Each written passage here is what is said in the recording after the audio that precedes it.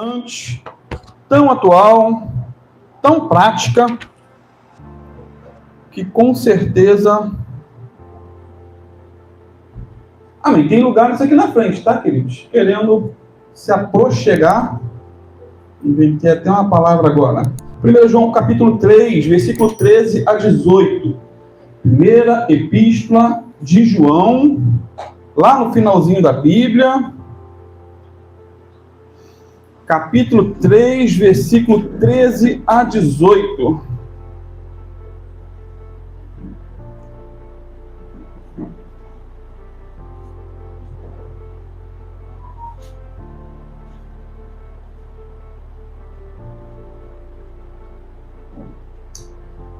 Amém? Diz assim: meus irmãos, não vos maravilheis se o mundo vos odeia. Nós sabemos que passamos da morte para a vida porque amamos irmãos. Quem não ama seu irmão, permanece na morte. Qualquer que odeia seu irmão é homicida. E vós sabeis que nenhum homicida tem a vida eterna permanecendo nele. Conhecemos o amor nisso, que ele deu a sua vida por nós, e nós devemos dar a vida pelos irmãos. Quem, pois, tiver bens do mundo e, vendo seu irmão necessitado, lhe cerrar suas entranhas, como reside nele o amor de Deus? Meus filhinhos, não amemos de palavra, nem de língua, mas em obra e em verdade. Amém, queridos? Irmãos, podem ficar confortavelmente sentados, que eu preciso ficar em pé. Amados, terminamos a última mensagem, eu não sei se você ainda lembra, falando sobre Caim e Abel, né? O tema foi filhos de Deus ou filhos do diabo? Uma palavra bem impactante, confrontadora. Caim e Abel eram irmãos, não é isso? Eles eram crentes. Ambos ofertaram. Eram da mesma igreja, por assim dizer. O pastor era Adão, o sacerdote daquele lá.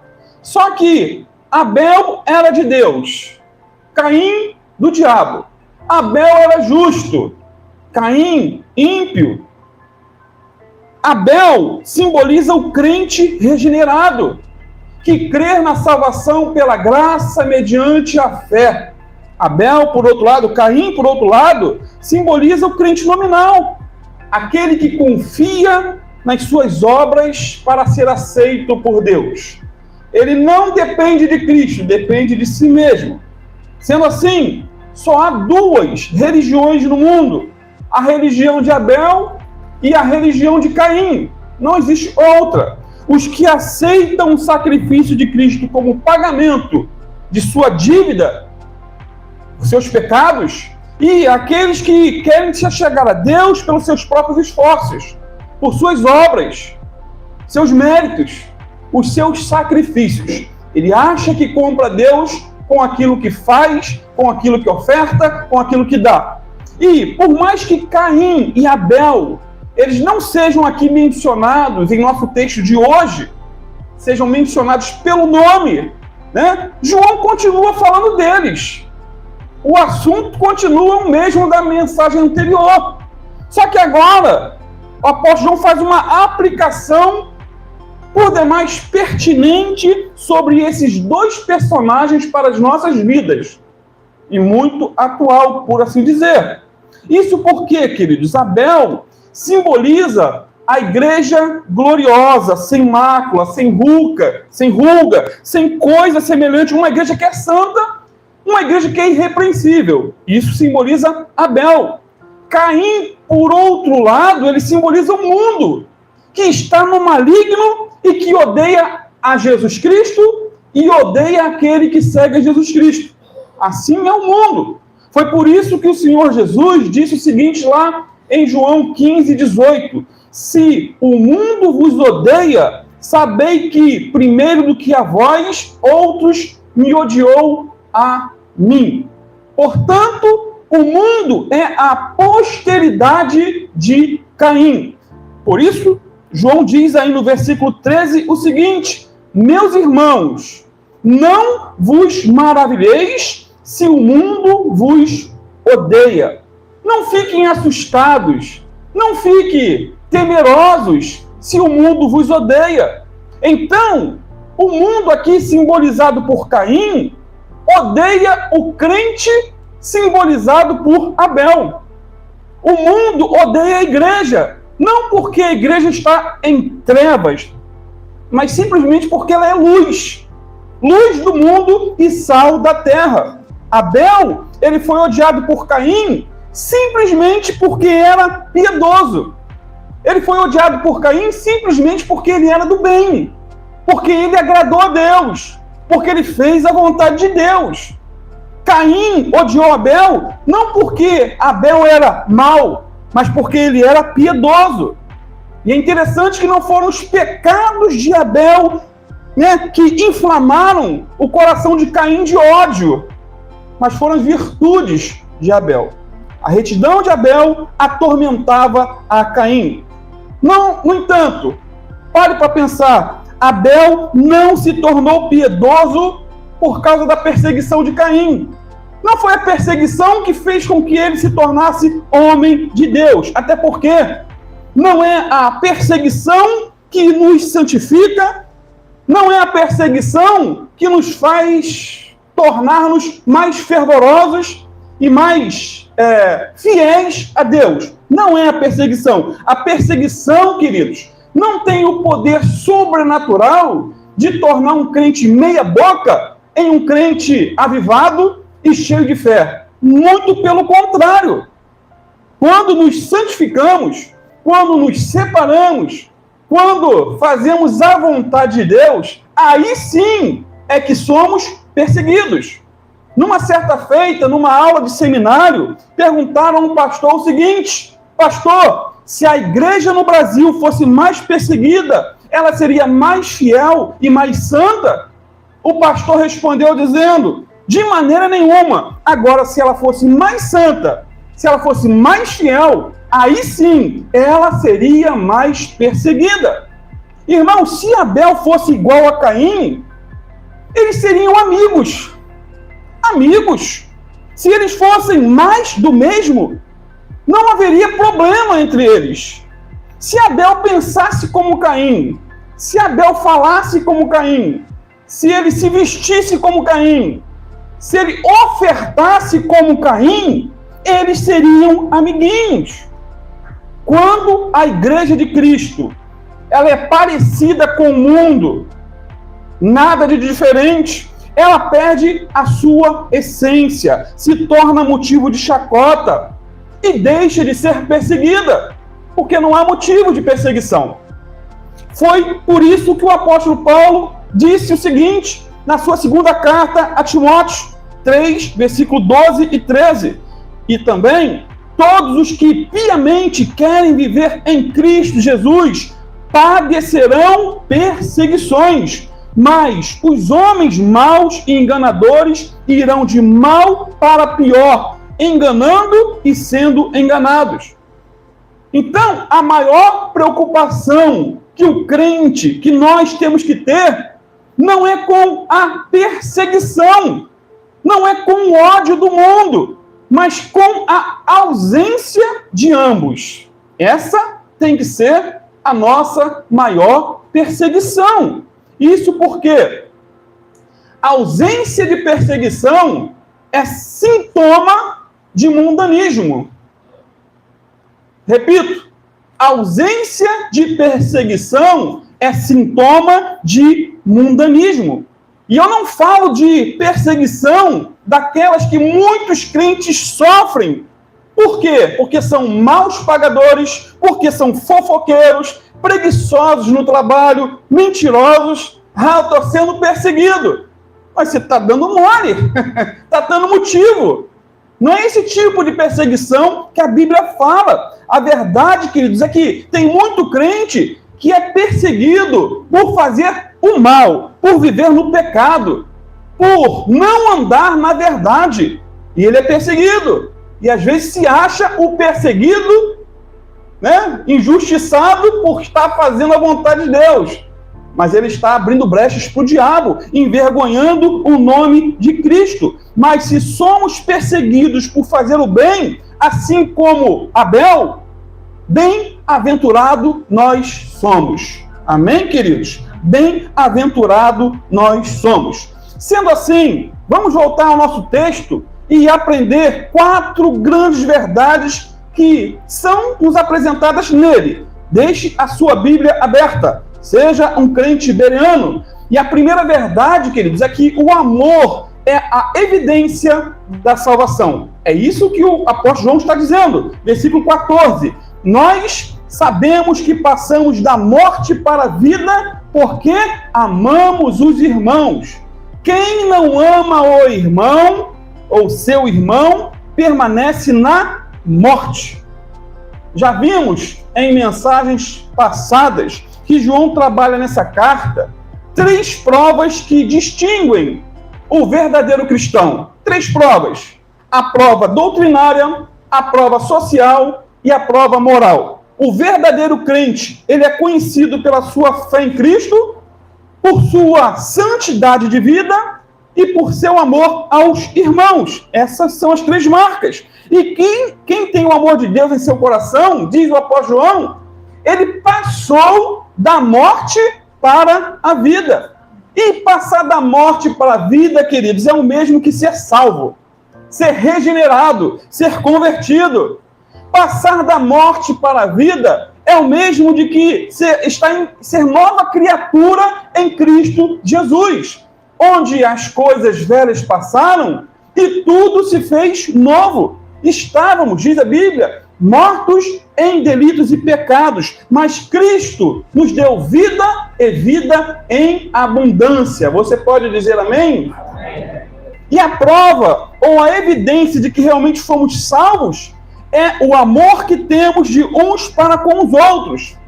Abel, ele passou da vida para a morte física por ser justo, não é isso? Da vida, estava vivo. Para a morte física por ser justo. Caim passou da morte espiritual para a morte eterna por ser ímpio. E nós passamos da morte espiritual para a vida eterna porque amamos os irmãos. O amor, queridos, é a apologética final. É o maior mandamento. É o cumprimento da lei. E a evidência definitiva de que somos discípulos de Cristo e não discípulos de Caim. No entanto, precisamos deixar bem claro que o amor não é a fonte da salvação, mas a sua evidência. O amor não é a causa da salvação, mas o resultado de se ter tido um encontro com Jesus. O amor não é a raiz da salvação, mas o seu fruto. Ninguém é salvo por amar, mas todo salvo ama. Amém? Até porque a fonte da salvação é a graça de Deus em Cristo Jesus. Mas o amor é uma das provas, ou uma das evidências de que pertencemos realmente a Jesus. Isso porque quem teve um encontro verdadeiro com um Deus que é amor, ama. Deus amou o mundo de tal maneira. E quem tem um encontro com esse Deus, ele ama. Ama o seu inimigo. Ama aquele que fala mal dele, ora por ele. Então, o amor é o selo da salvação. Porém, diz o apóstolo João, aquele que não ama está na morte, está em trevas, não nasceu de novo. Aquele que não ama precisa receber o quê? Um novo coração e experimentar uma nova vida. Aquele que não ama permanece na morte. E, queridos, permanecer na morte é o mesmo que andar nas trevas. E é uma situação grave. 1 João 2,9, o apóstolo João diz, aquele que diz que está na luz, está em Cristo. Aquele que diz que está caminhando para o céu, mas odeia seu irmão, até agora está em trevas. Palavra confrontadora. Permanecer na morte é viver sem direção, como diz 1 João também 2,11. Aquele que odeia seu irmão está em trevas e anda em trevas e não sabe para onde deve ir, porque as trevas lhe cegaram os olhos. E por fim, permanecer na morte é ser do diabo. Como diz 1 João 3,10, como foi pregado semana passada.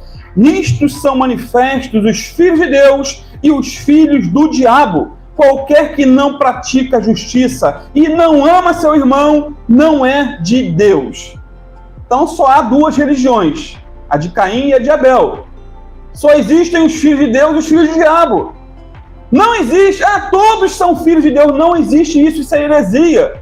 Só existe filhos de Deus e filhos do diabo.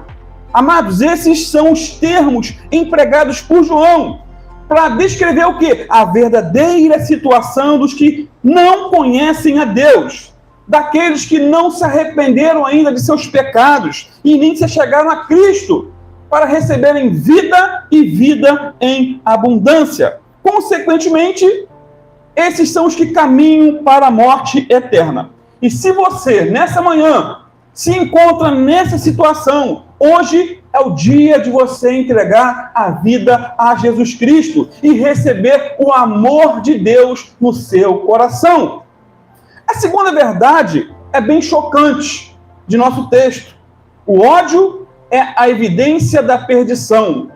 Se o amor é a evidência de um salvo, o ódio é a evidência da perdição. Veja comigo, versículo 14, parte B e versículo 15.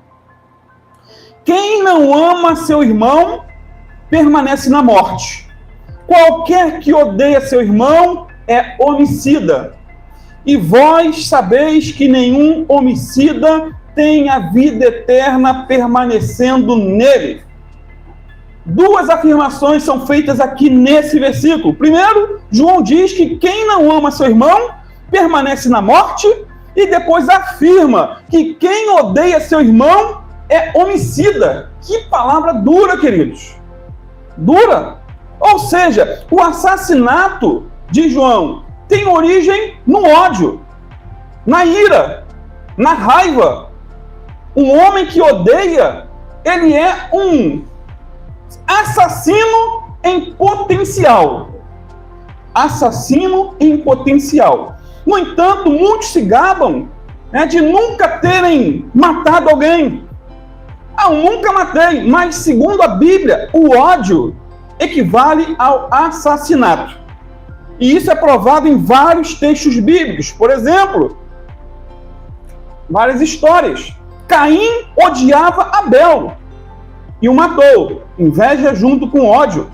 Esaú odiava seu irmão Jacó e fez planos para matá-lo. Só não matou porque Deus tinha um propósito na vida de Jacó, mas a intenção de Esaú era matar Jacó. Absalão odiava seu irmão Aminon e o matou, literalmente.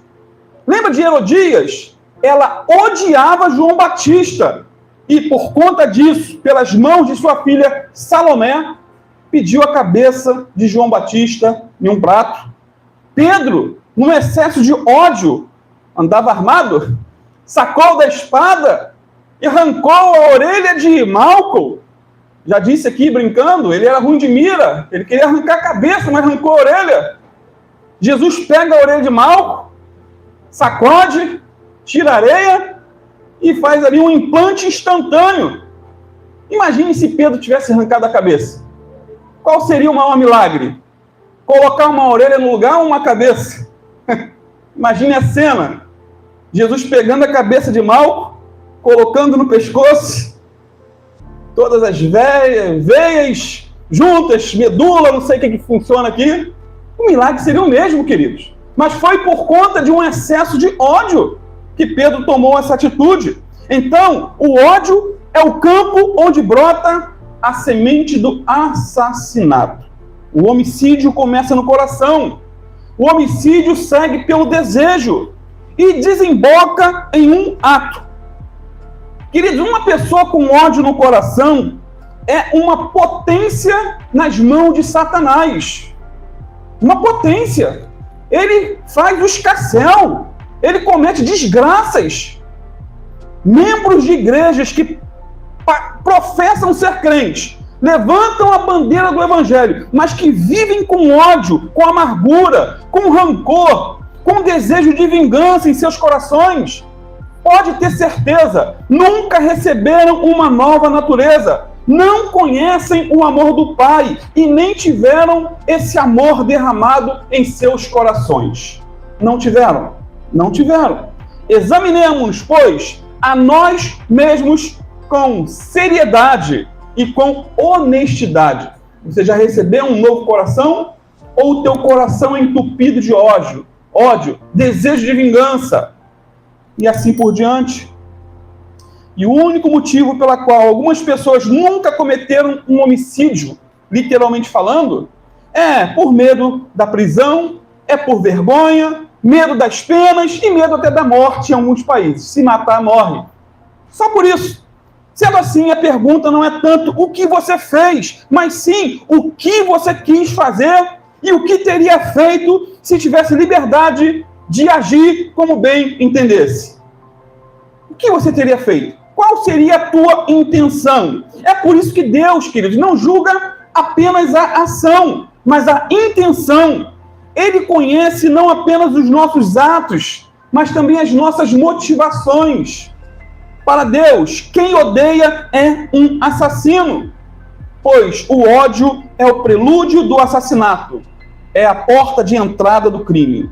É por isso que o Senhor Jesus, certa feita, ele equiparou o ódio ao homicídio e a lascívia ao adultério. Isso é interessante. Mateus 5, 21 e 22, Jesus equiparou o ódio ao homicídio, dizendo: ouviste que foi dito aos antigos, não matarás, mas qualquer que matar será réu de juízo. Eu, porém, vos digo que qualquer que, sem motivo, se encolerizar contra ou odiar seu irmão, será réu de juízo. E qualquer que disser a seu irmão raca, tolo, será réu do sinédrio. E qualquer que lhe disser louco, será réu do fogo do inferno. Palavras confrontadoras.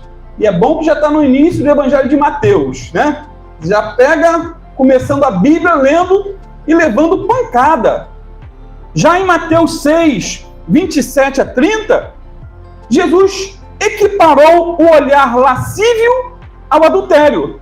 Olha que interessante. Ouviste o que foi dito aos antigos: não cometerás adultério. Eu, porém, vos digo que qualquer que atentar numa mulher para a cobiçar, já em seu coração cometeu adultério com ela. Portanto, se teu olho direito te escandalizar, arranca-o e atira-o para longe de ti, pois te é melhor que se perca um dos seus membros do que seja todo o teu corpo lançado no inferno. E se tua mão direita te escandalizar ou te faz pecar, corta e atire-a para longe de ti, porque te é melhor que um dos teus membros se perca do que seja todo o teu corpo lançado no inferno. Se fosse pegar literalmente, muita gente ia cortar a mão literalmente. Mas corta o pecado, né? Não é?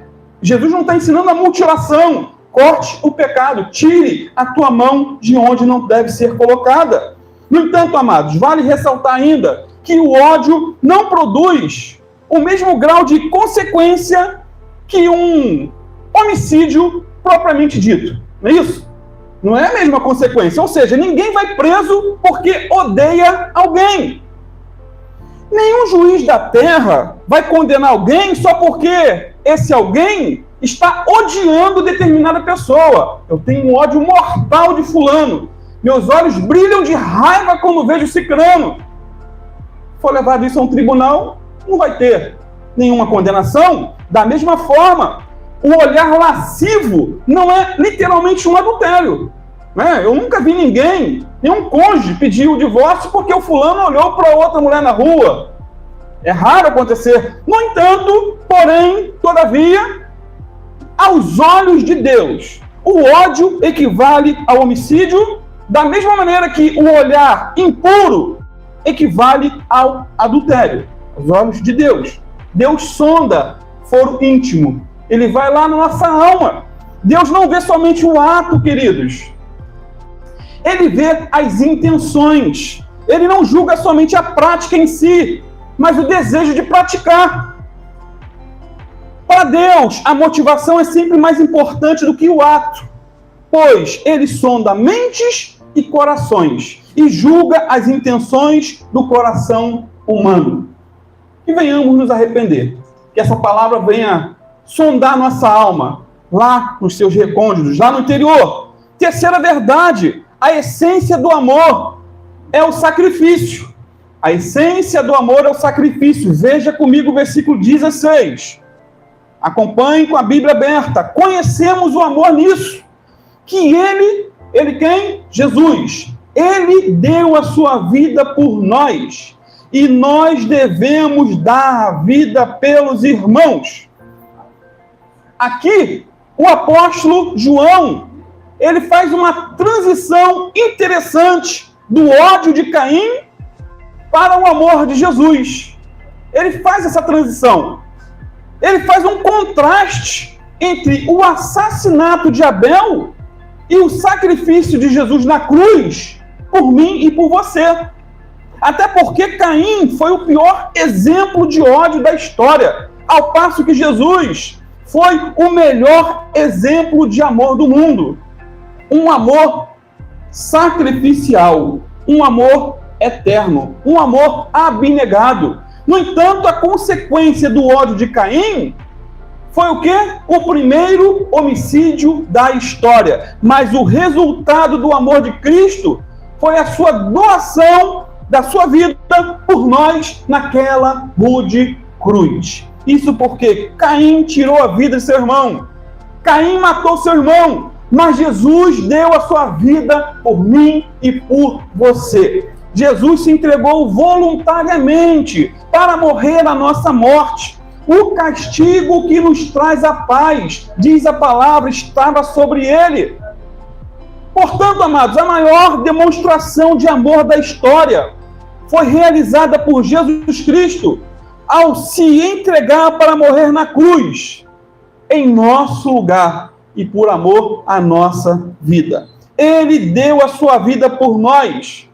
É o que o texto está dizendo. Isso é amor abnegado, é amor sacrificial, amor doador. Em João 15, versículo 12 e 13, o Senhor Jesus disse assim: o meu mandamento é este, que vos ameis uns aos outros, assim como eu vos amei. Ninguém tem maior amor do que este, de dar alguém a sua vida pelos seus amigos. E ele está falando dele mesmo. Ninguém tem maior amor do que esse. Eu dei a minha vida por vocês, disse ele. Que grande amor Cristo demonstrou por mim e por você. Mesmo sendo Deus, ele se fez homem e deu sua vida por nós. Tudo ele fez por amor.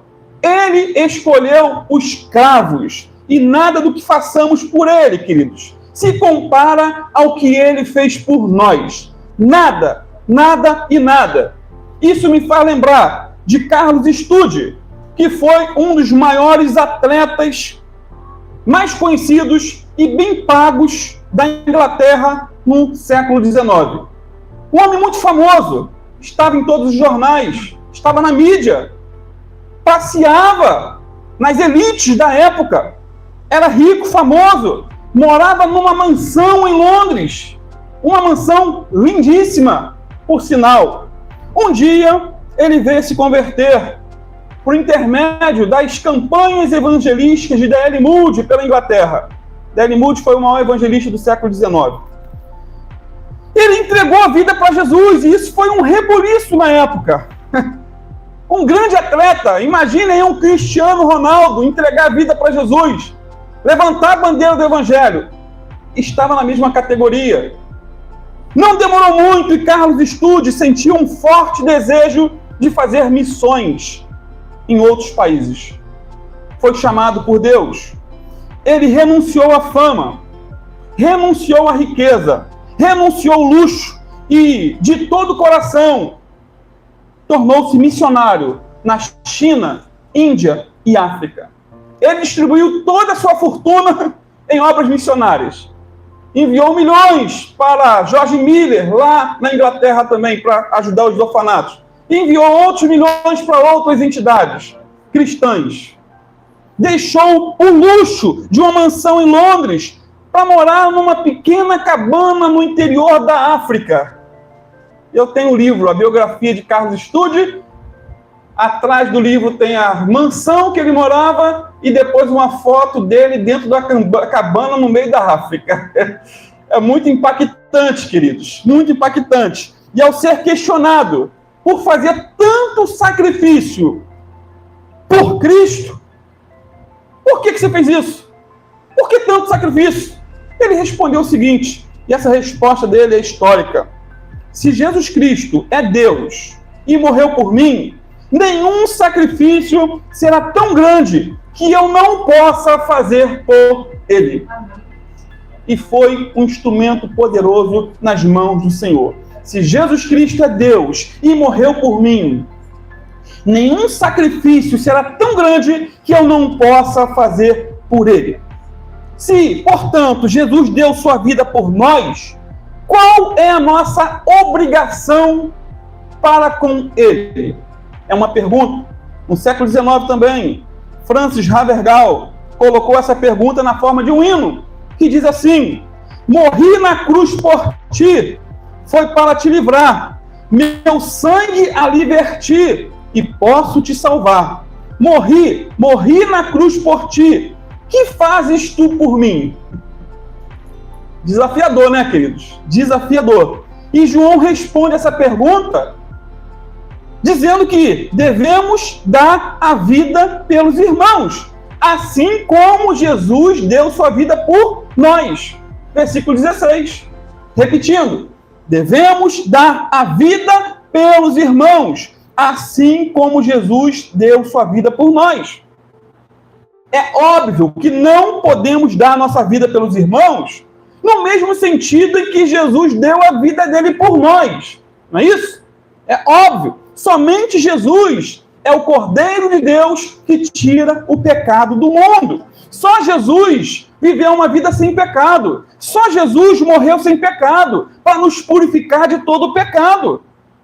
Mesmo se morrêssemos fisicamente no lugar dos outros, nosso sangue, manchado de pecado, não teria valor algum para pagar a dívida do outro, queridos.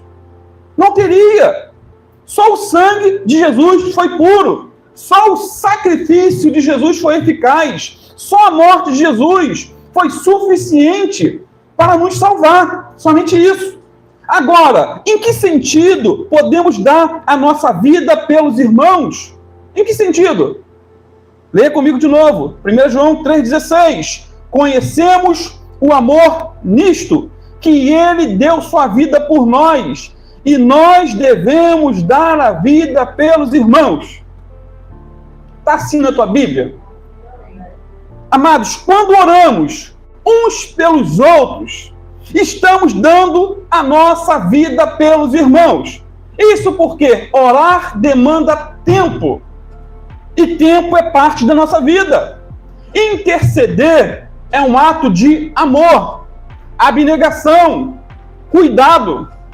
Quando pregamos ou ensinamos a palavra de Deus, estamos com isso dando a nossa vida pelos irmãos. Sabe por quê? Porque só Deus sabe o tempo que cada irmão dessa igreja gasta em oração, em jejum e em estudo para trazer uma palavra, às vezes, de 45 minutos. Eu terminei de preparar uma mensagem cujo título é Uma Grande Pecadora aos Pés de um Grande Salvador. Eu estou desde segunda-feira meditando no texto, pedindo a Deus sabedoria e entendimento para preparar a mensagem para pregar em 45 minutos.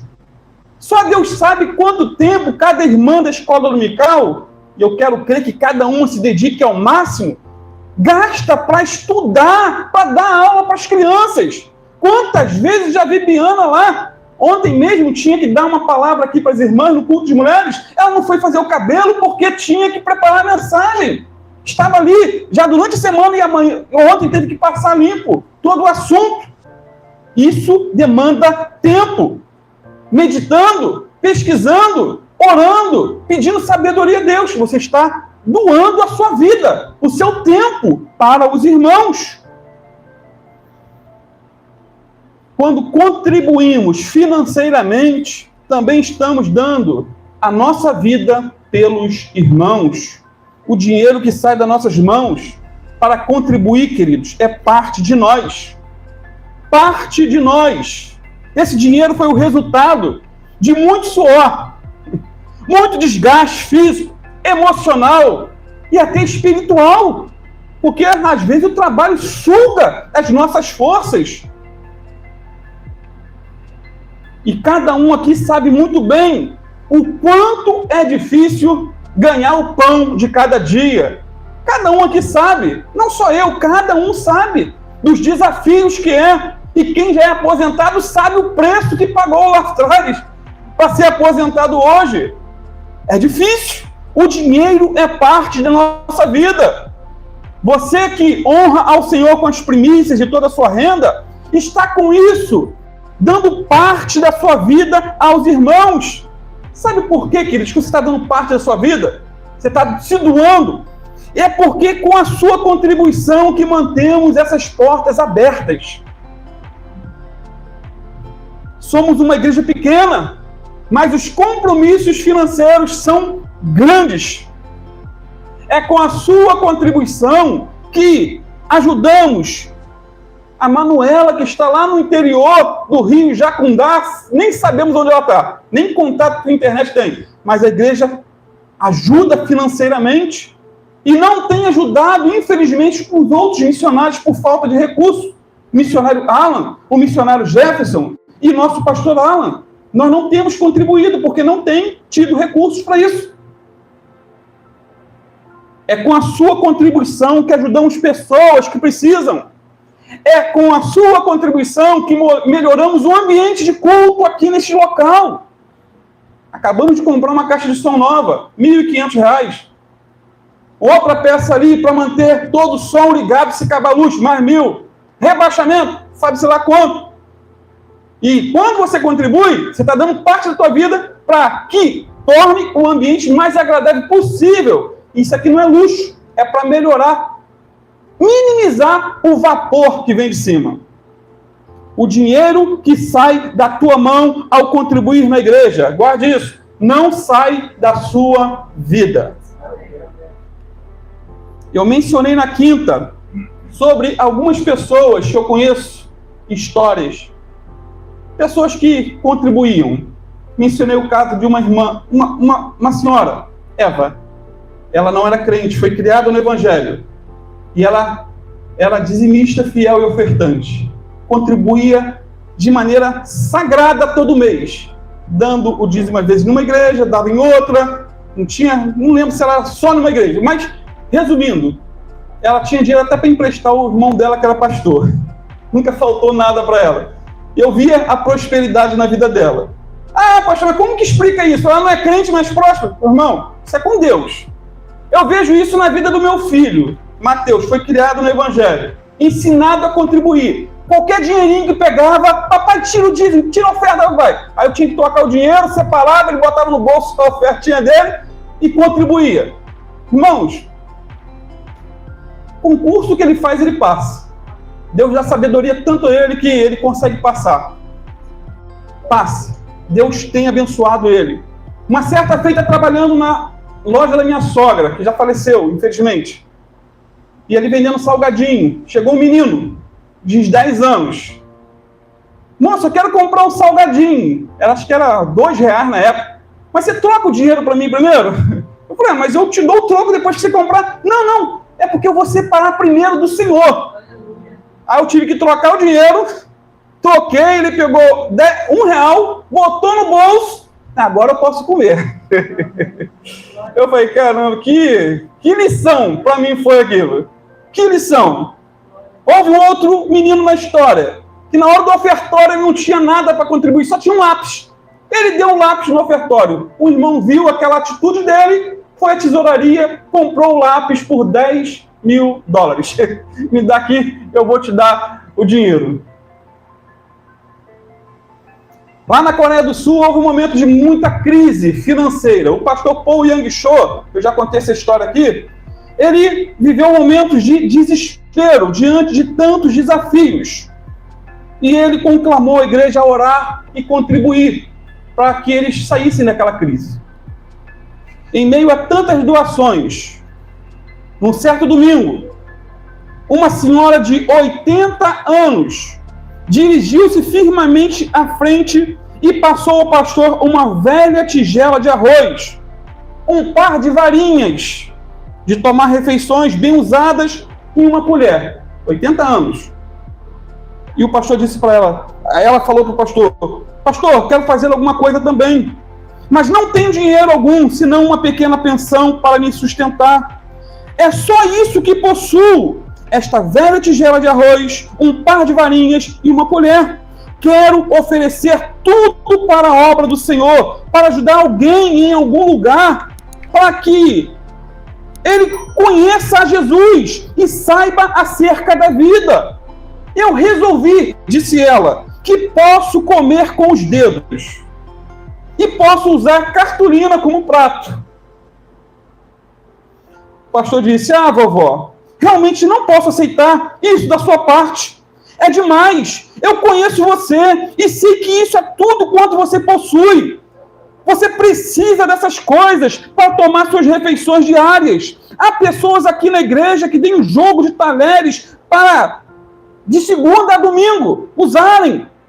Além de um para todos os dias, mas os seus são os únicos. E também esta é a sua única tigela de arroz. Simplesmente, eu não posso aceitar a sua oferta. E ela começou a chorar, dizendo: você deve aceitá-la, pastor. Se Jesus estivesse aqui, ele a aceitaria. Sei que não é uma contribuição muito útil, mas é tudo quanto tenho e quero oferecer alguma coisa. Naquele momento,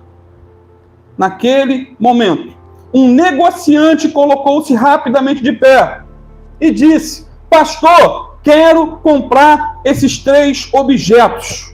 E disse com lágrimas nos olhos. E com a voz quebrantada, ele pagou quase $30.000 pela tigela de arroz, pelas varinhas e pela colher e devolveu para aquela senhora. Abnegação. Queridos, eu posso falar de mim, para a glória de Deus. Os irmãos sabem que a minha vida é meia corrida, como um motorista de aplicativo. É uma vida difícil. O pastor Robson dirigiu algumas vezes no passado. Às vezes 12 horas por dia. E quantos livramentos Deus já me deu? De acidentes. Quantos? Incontáveis. Quantas pessoas Deus já me livrou de assaltos? Talvez eu não tenha nem percebido, mas foi livramento. Corridas que eu cancelei. E eu vejo no grupo lá dos amigos só reclamando, murmurando, que tá ruim, que é isso, e todo dia eu faço o meu dinheiro. Todo dia, se eu começo cedo, vou até tarde, Biana sabe, eu chego em casa no limite. Mas eu consigo arcar com meus compromissos, pagar minhas dívidas e tá tudo em dia. E os colegas só vivem reclamando, murmurando. Deus abençoa, mas é com suor. Eu vou contribuir e magicamente, milagrosamente vai cair. Não, queridos, é com suor, mas Deus vai te dar sabedoria. Deus vai abrir as portas. O princípio é honra. Dê a sua vida pelos irmãos. É por isso que o apóstolo João, conclui dizendo, e eu estou concluindo, 1 João 3,17, quem, pois, tiver bens do mundo e vendo seu irmão necessitado, lhe cerrar suas entranhas, fechar o coração, como reside nele o amor de Deus? Não reside. É a resposta. Não reside. Na Bíblia viva. Mas se alguém que se considera cristão e possui dinheiro suficiente para viver bem, e vendo um irmão em necessidade e não o ajudar, como é que o amor de Deus pode estar nele? Aí o apóstolo João conclui: meus filhinhos, não amemos de palavra, nem de língua, mas em obra e em verdade. Então, o amor não é o que falamos, mas o que fazemos. Porque falar é muito fácil, queridos. É fácil. O amor não é tanto uma questão de sentimentos, mas de movimento. E movimento em direção ao necessitado ou em direção às necessidades do local aonde você está congregando. Amamos não com discursos eloquentes, discursos regados de emoção, mas com ações práticas para aliviar a dor do irmão e socorrê-lo em suas necessidades. Amém, queridos? Guarde essa palavra no teu coração. Eu ia pregar um outro assunto. Uma grande pecadora aos pés de um grande salvador. Mas fica para uma próxima oportunidade. Eu senti que esse era o assunto para hoje. Amém? Vamos ficar de pé.